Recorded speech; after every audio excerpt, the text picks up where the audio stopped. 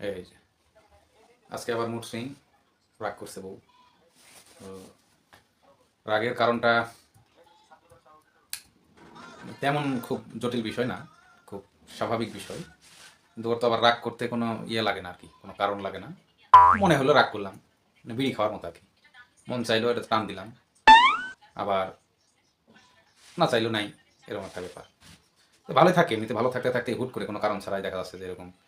তো ভাবতেছি একটু ডাক্তার টাক্তার দেখাবো, চিকিৎসকের পরামর্শ নিতে হবে। এটা হতে পারে কোনো সাইকোলজিক্যাল কোনো প্রবলেম, আবার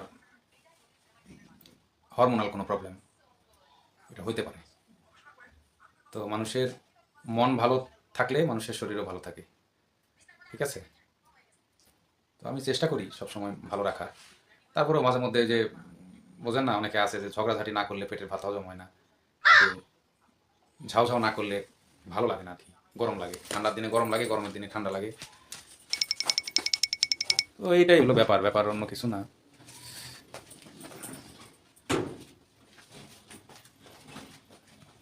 এই অবস্থা, বোঝেন এখন পরিস্থিতি,